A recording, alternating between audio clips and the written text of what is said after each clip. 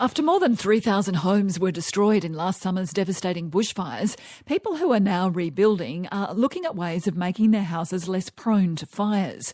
While it's unrealistic to make a home entirely fireproof, they're hoping that careful choices about design and materials could ensure they're better positioned for a changing climate.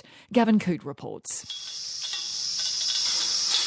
There's just a vacant block of land where Greg Webb's house used to be. His property at Lake Conjola on the New South Wales south coast came under heavy attack on the fires of New Year's Eve 2019. All these trees just snapped alive, and I then came out and started putting out all the spot fires. But I had a very old house that had lots of timber around it, it had shrubs, and it's just a house that was just destined to burn. Not only was his home destroyed, but a lot of the wildlife around here disappeared too, apart from the cicadas.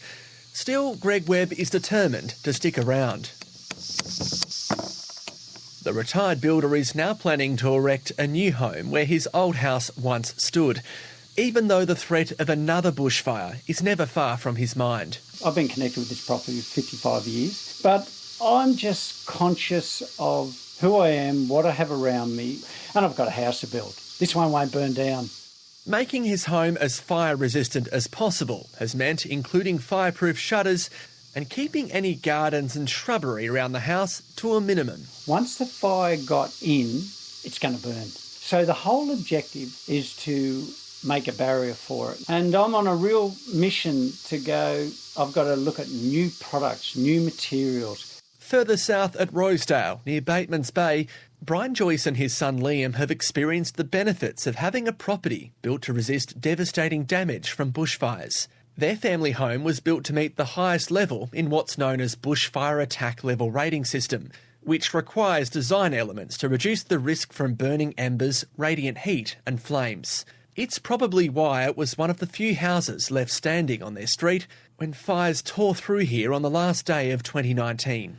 In the days after, I think people who had lost their house saw our house and saw it as a bit of a beacon because, we thought everything had gone. Since then, the Joyce family has seen a surge of interest in building flame-retardant homes. There have been lots of people, we've noticed, sort of pulling up out the front and the occasional photograph and what have you, so I suspect we may have contributed towards some people's plans. We hope that we can draw inspiration for people who are rebuilding. There's a white one. Lake Conjola resident Greg Webb is among those taking inspiration. Even if all the extra expense of building in a designated bushfire area means he's had to make some compromises on the size of his new home.